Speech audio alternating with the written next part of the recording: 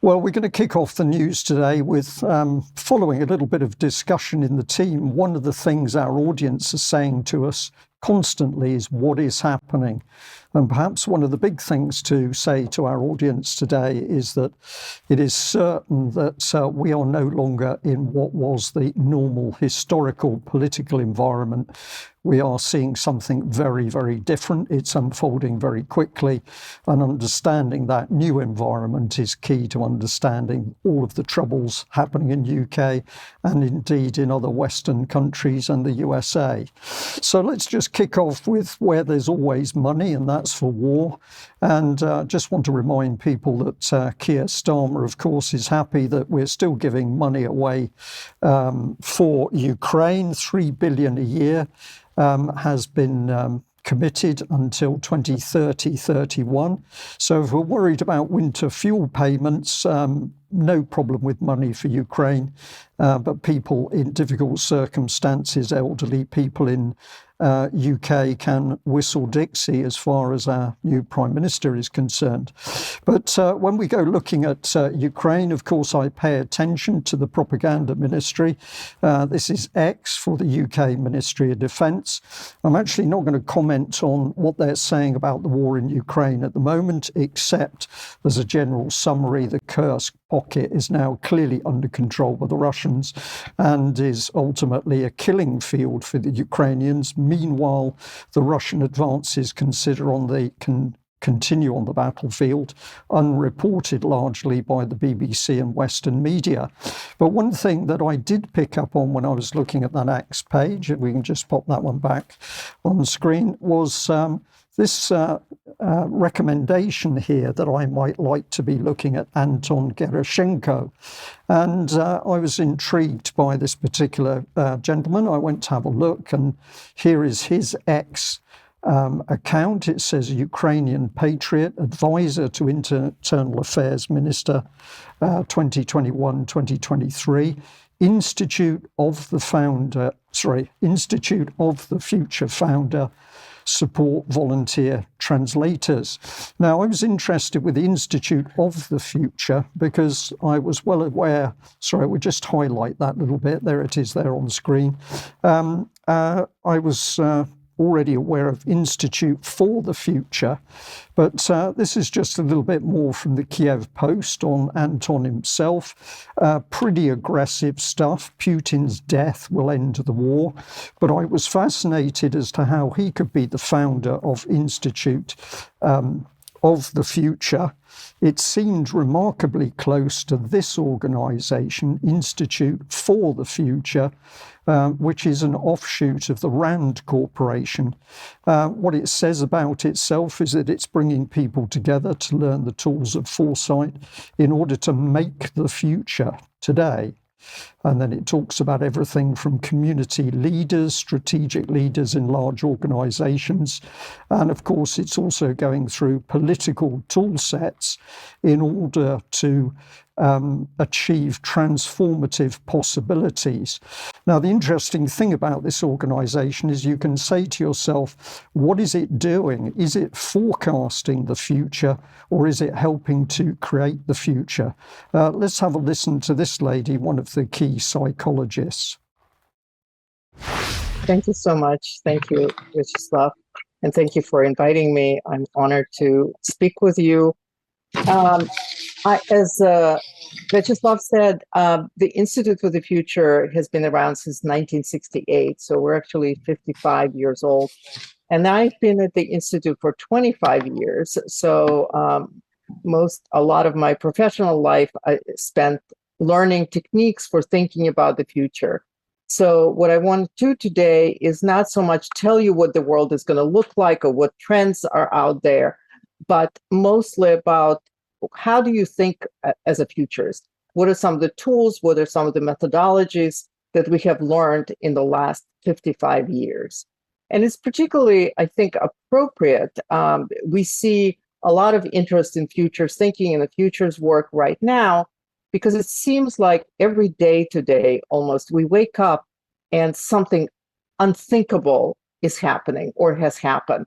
You know, we've had a pandemic that the like of which we have not seen in 100 years. We have a war in the middle of Europe, which to many people was really unthinkable. I'm sure that people in Ukraine and other places foresaw the possibility of hostilities with Russia, probably, especially since the occupation of Crimea. Again, this kind of event that seems like a black swan event, but very likely. So apologies there. The lady's name is Marina Gorbis, and well, she says some interesting things. Nobody could really have understood what was going to happen in Ukraine. I'm going to challenge that. When she mentions black swan events, she's talking about events that come out of nowhere that nobody knows are coming, nobody predicted. And she's saying she disagrees with that. So let's listen to what she says in this second little clip.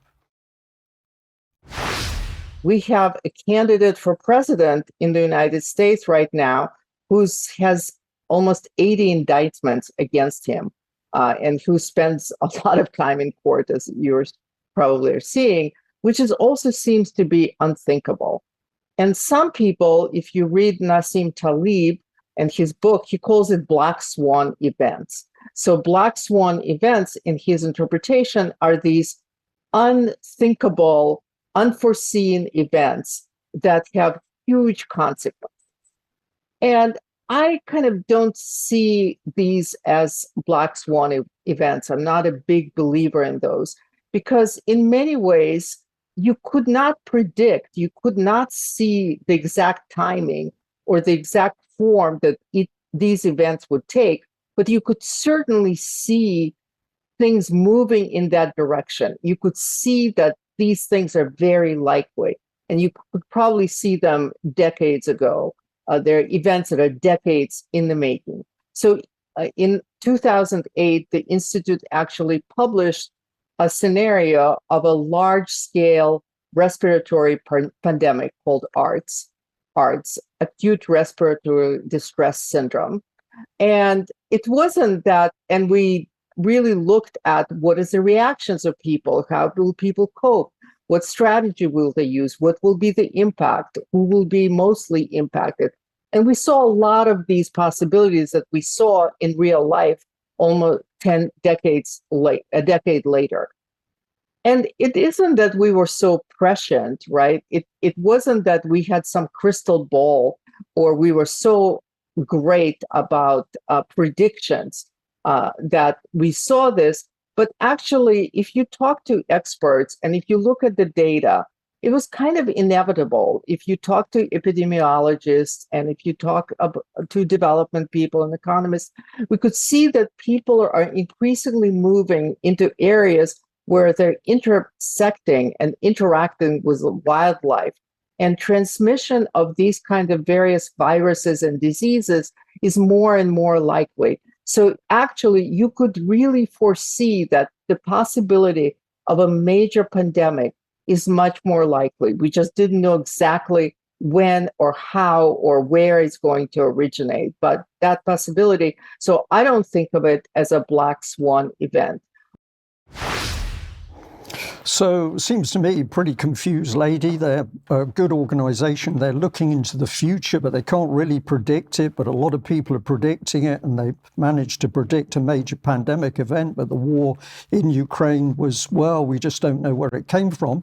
But let's put up on screen the RAND document. I think it's 2018. I may be wrong on that.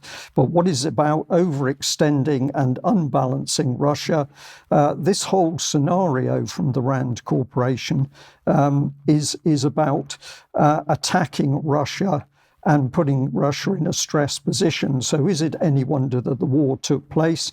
Let's have a look at this little video clip with Senator Lindsey Graham talking about Ukraine. I'm here with President Zelensky. I am such an admirer of what you and your country have done. You're trying to stop the Russians so we don't have to fight them.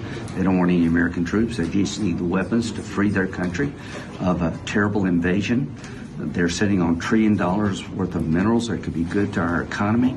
So I want to keep helping our friends in Ukraine. We can win this. They need our help.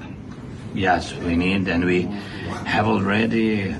The biggest help is the support of American people and support of our friends. Thanks to Lindsey and his colleagues, to congressmen and senators from the United States. Thanks for this support, bipartisan support. Thank you so much. Peace is coming. Yes, soon. So trillions of dollars of assets that the Americans need, but don't worry, peace is coming. Well, maybe it's not. Let's just remind ourselves of David Cameron in front of Congress a little while ago. Listen to me, I argue that it is extremely good value for money for the United States and for others. Perhaps for about 5 or 10% of your defense budget, almost half of Russia's pre-war military equipment has been destroyed without the loss of a single American life. This is an investment in United States security. So that's what I would say. On the issue of legal advice, I think it is an important principle that legal advice is not published, that ministers consider it and act in a way that is consistent with it. We answer questions about it, as I am now, as I will be in the House of Lords, I'm sure, next week, and I've got a question.